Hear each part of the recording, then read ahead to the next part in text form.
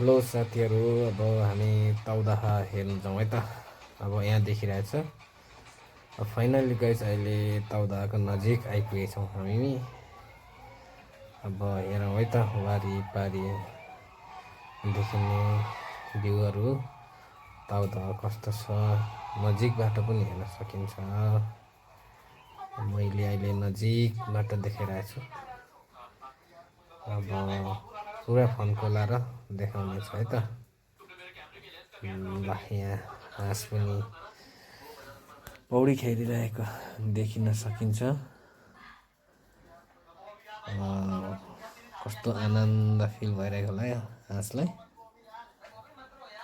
अनि हामी यहाँ दामा माछा पनि देख्न सकिन्छ। माछा पनि एकदम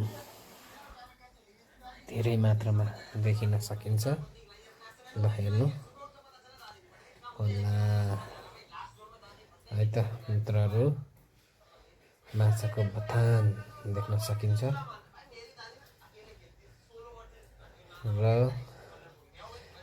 मेरो पार्टनरहरू साथीहरू पनि अगाडि जाँदैछन्। उहाँहरूले पनि मनोरञ्जन लिँदै हुनुहुन्छ। मैले पछाडिबाट भिडियो खिचिरहेको छु।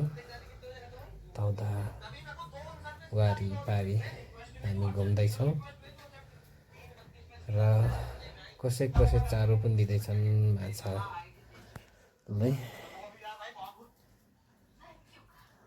आकाश, खुला आकाश, बादल पनि देख्न सक्छौँ। जहाँ यो तौदाहाको बिचमा चाहिँ एउटा टापु पनि रहेको छ। ल हामी लगभग अब आधा उदी ल्याइसकेको छौँ। अब लगभग पनि हामीले धेरै जस्तो फन्को मारिसक्यौँ। र यताबाट देखिने दृश्यहरू नजिक जङ्गल पहाडको छेउमा अवस्थित रहेको यो तौदाहा